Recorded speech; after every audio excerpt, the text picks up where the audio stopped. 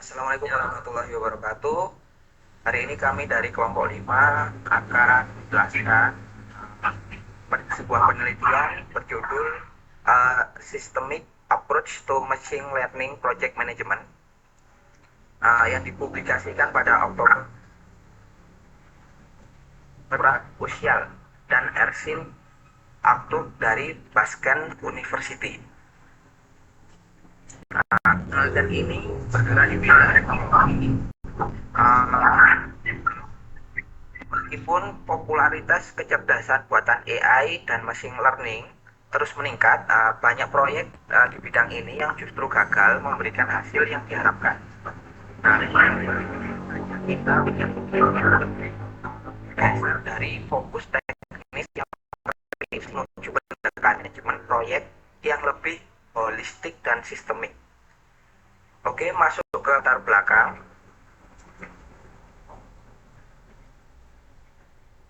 Oh, perkenalan dulu ya. Yuk, untuk anggota kelompok di sini, yang pertama, silakan Mas Rafli. Ya, perkenalkan nama saya. Baik, perkenalkan nama saya Muhammad Rafli Ramadhani Alaraf, NIM 011. Oke, selanjutnya Rahmat. Saya Oke, akhiran 10. Oke, selanjutnya saya Rafli Rahmat Ramadan dengan NIM akhiran 106. Dengan saya perkenalkan Umar Randi ya.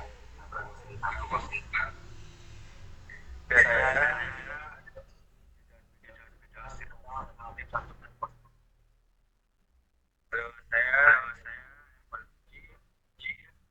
dengan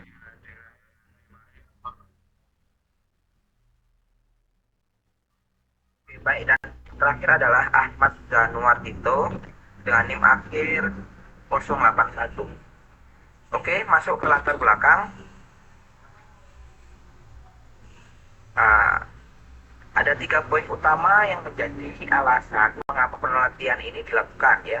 Yang pertama itu adalah perkembangan pesat AI dan machine learning. Nah, saat ini aplikasi AI dan ML machine learning bukan lagi sekadar tren ya, melainkan elemen yang mengubah strategi dan daya saing organisasi.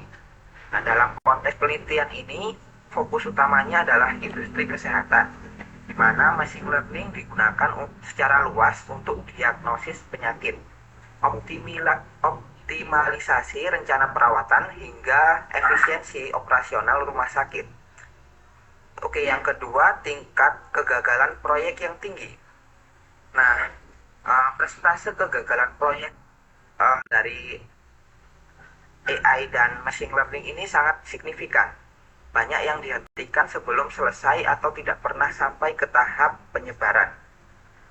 Nah, kegagalan ini seringkali bukan karena model yang buruk secara matematis, melainkan karena adanya gap pada analisis bisnis, manajemen pemangku kepentingan, serta manajemen resiko dan kualitas yang kurang terintegrasi.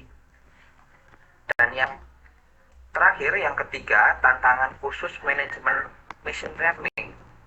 Proyek machine learning ini sangat berbeda dengan pengembangan perangkat lunak tradisional karena memiliki karakteristik data different dan model different. Kemudian hasil dari machine learning ini tidak dapat diprediksi, data yang terus berevolusi, dan kebutuhan akan eksperimen berulang yang menciptakan ketidakpastian yang tinggi. Nah, untuk metode manajemen proyek saat ini seperti Scrum, Kanban, atau CRISP, DM dinilai belum cukup kuat untuk menangani kompleksitas interaksi tentang teknologi.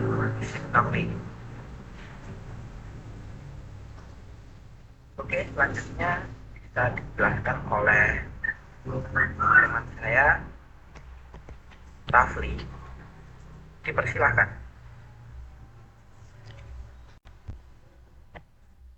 Baik, di sini saya akan melanjutkan presentasinya, yaitu terkait tantangan dalam proyek machine learning. Jadi di dalam sebuah proyek machine learning di sini tentunya untuk merealisasikannya pasti ada tantangan-tantangan tersendiri. Tantangan-tantangan itu antara lain adalah integrasi dengan sistem organisasi dan alur kerja klinis.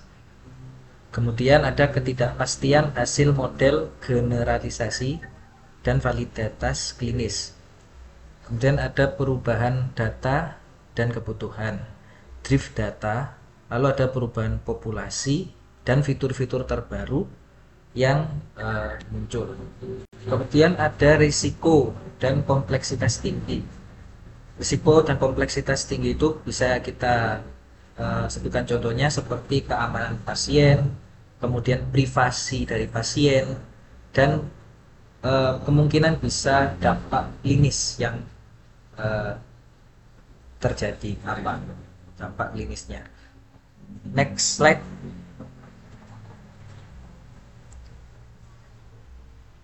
Nah, jadi di sini yang pertama dibahas setelah membahas tantangannya itu adalah konsep dari sistem approach sendiri atau konsep pendekatan sistemik.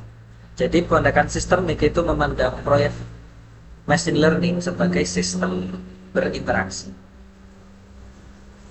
Jadi sistem approach melihat proyek sebagai sebuah sistem yang saling terhubung yang melibatkan beberapa peran, yaitu yang pertama adalah organisasi, kemudian yang kedua adalah bisnis, yang ketiga adalah tim, yang keempat adalah teknologi, yang kelima adalah stakeholder atau pemangku kepentingan.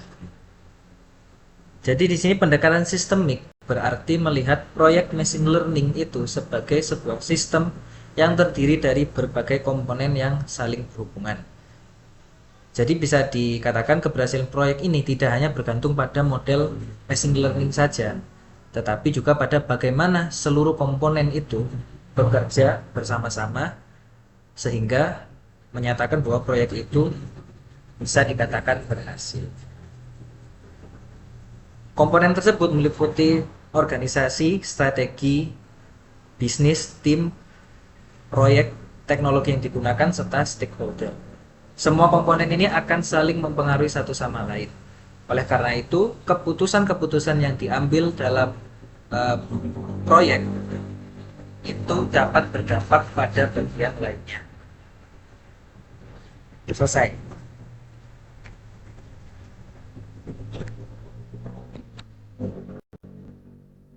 Baik, silakan untuk materi selanjutnya yang akan dijelaskan oleh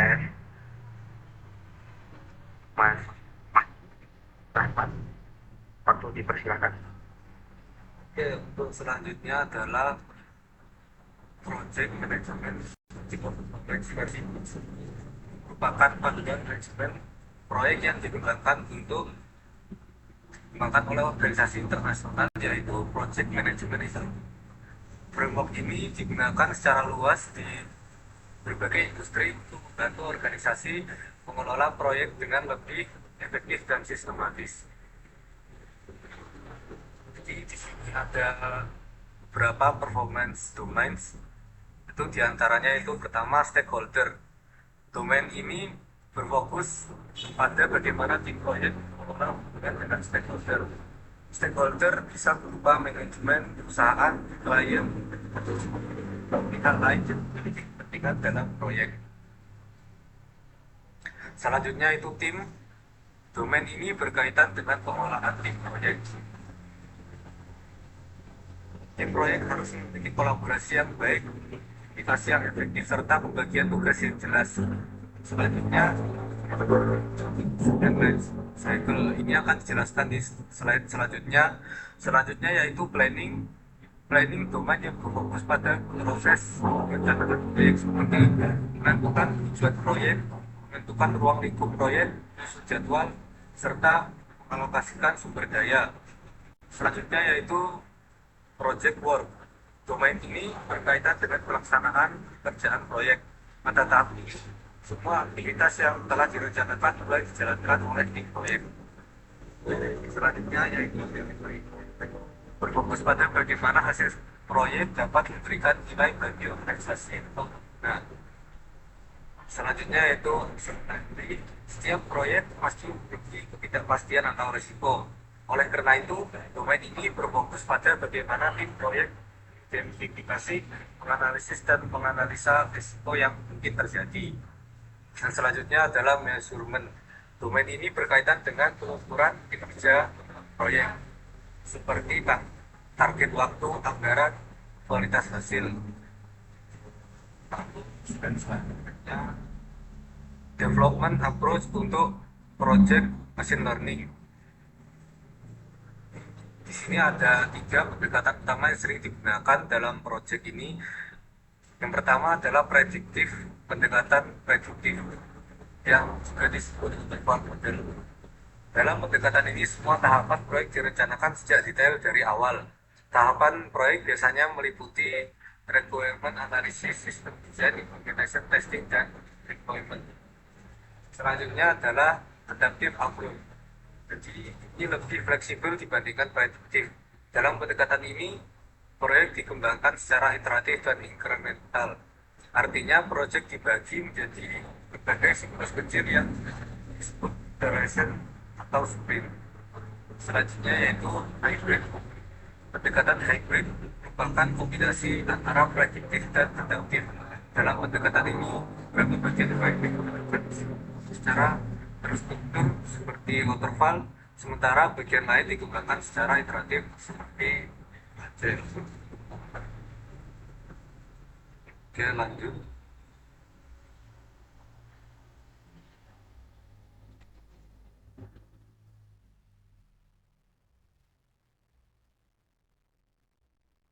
Silakan Mas Umar.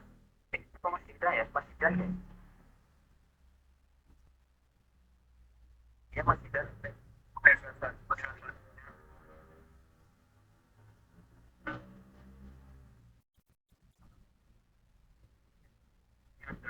Pertama ada data collection. Data collection ini adalah proses pengumpulan data mentah yang relevan dengan masalah yang ingin diselesaikan.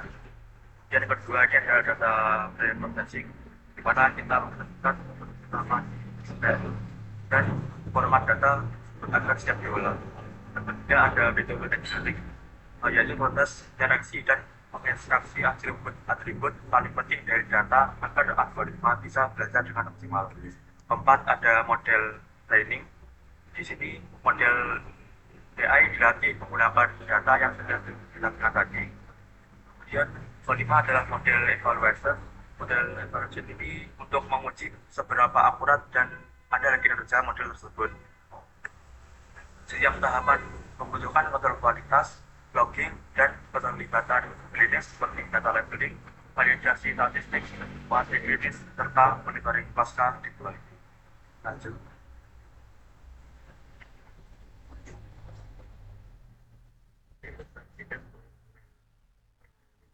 Satu yaitu metrik dengan menggunakan metrik dan recall dan metrik klinis seperti outcome dan cost positif dan juga menggunakan governance yaitu audit track dokumentasi dan info. Ini penggunaan pada kondisi. Dan yang ketiga yang metode kita dengan observasi ini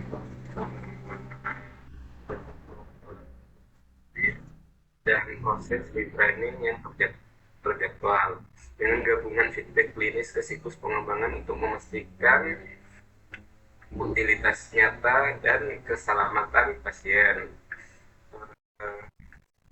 Kesimpulannya, di mana proyek ML di kesehatan memiliki kompleksitas yang sangat tinggi yang menuntut pada pendekatan sistematik dan ada PMO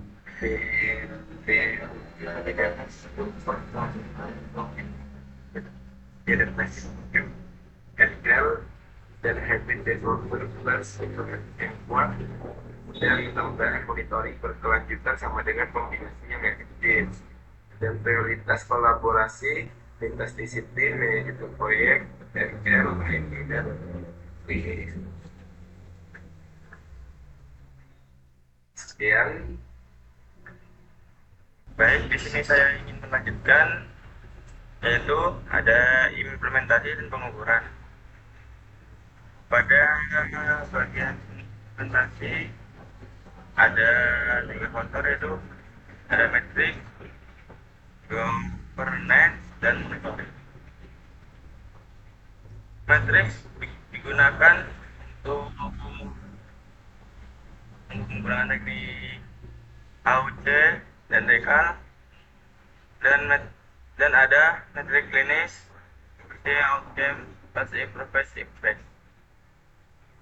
Terus yang kedua ada governance, yaitu ada audit trail, dokumentasi, sign off klinis sebelum penggunaan produksi.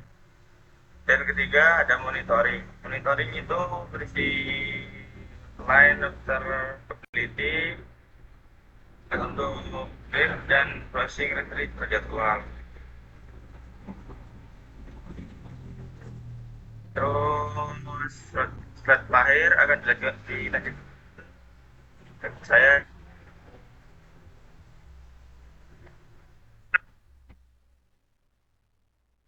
selanjutnya adalah kesimpulan dan langkah selanjutnya. Proyek ML di kesehatan memiliki kompleksitas tinggi yang menuntut pendekatan sistemik. Pemberkasan tujuan menentukan sejarah dan untuk performance sampai dengan dapat diadaptasi untuk ML. Hybrid development, plus governance khusus berkelanjutan dan sama dengan kombinasi efektif. Terus yang terakhir itu prioritas kolaborasi disiplin, baik proyek, ML, IT, dan planning. Baik, itu presentasi dari kelompok 5 yang telah dijelaskan oleh anggota kelompok kami. Sekian, saya tutup presentasi kali ini. Wassalamualaikum warahmatullahi wabarakatuh. Salam.